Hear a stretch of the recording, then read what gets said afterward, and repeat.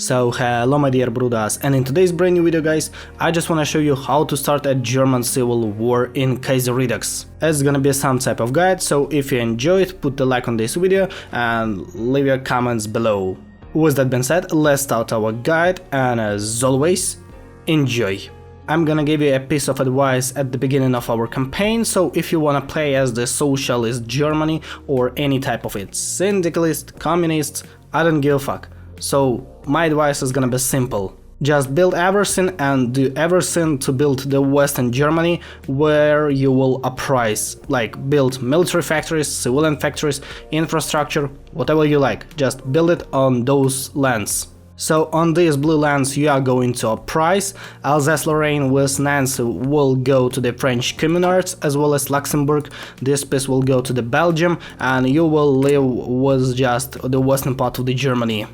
So you've got to prepare yourself to a full-scale civil war in which you will fight against the German imperialists. But after receiving the Great Berlin stock market crash, you need to do the same things as I do. So since February 1936 till like the mid of November or the late November 1936, we will do events to begin the civil war in the Germany.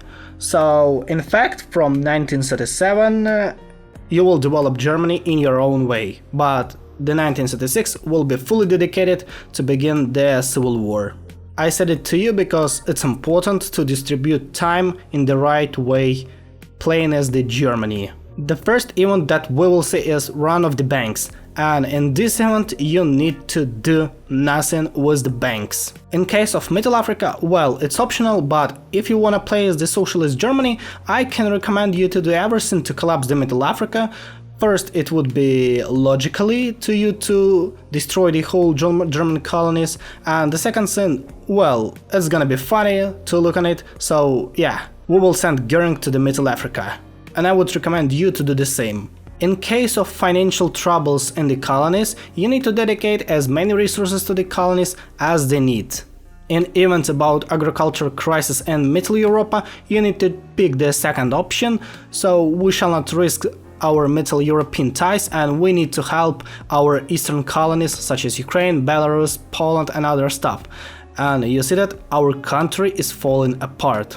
The DKAEB approaches bankruptcy, but we need to keep it running. In the optional event about the Kenyatta Solve affair, I would recommend you to choose the second option, because Middle Africa will suffer greatly if the court case passes. So if you want to collapse the Middle Africa, choose the second option. If you don't want to do that, just pick the first option. Help companies, and we need to choose the second option. Sacrifices are to be made, because we will gain -5% of stability. So we need to do everything to destabilize the German society and the German Empire. Well, public soup kitchens. But you know what? We won't even give soup to our citizens, cause we need to tighten our belts. Next question is bailout for banks? Hell no man, I tricked my grandmother for some pennies too. It's a no. Description of some events is really great, and it is the best example of it, so no, and we will receive a -25% of stability. Banks start to collapse. Well, still a no from His Majesty. The most interesting question. Expropriations. Began with this, we are not syndicalists. We will gain -5 stability, but we will also gain plus 200 political power, so you can use it in options that you need. And in the late July 1936 we've got -87% of stability. That's a unique country, for real. By the end of the August we will receive an event that confirms that our economy is in ruins. After our failure to deal with the aftermath of the Black Monday, German companies are going bankrupt in masses. Workers are discharged in the hundreds of thousands, facing a new reality without hope. That will just solve itself eventually. And everything says that the civil war is coming soon, cause Germans can't live in these conditions no longer. As I said before, the result of the whole crash of the German economy is going to be that unemployed masses flock to the streets. Maybe we should have done something before. The Einheitsfront. The rays of socialism light shine into more homes as the red morning approaches. So this event tells us that the red morning is coming, as well as the red revolution in Germany. Probably since the August 1936 there is no step back to the reality that it was before, so after August 1936 the whole country will start to collapse and you won't stop it in any way, so now you just need to watch the things that are happening in the German Empire now. Oh yeah, the censure cannot halt.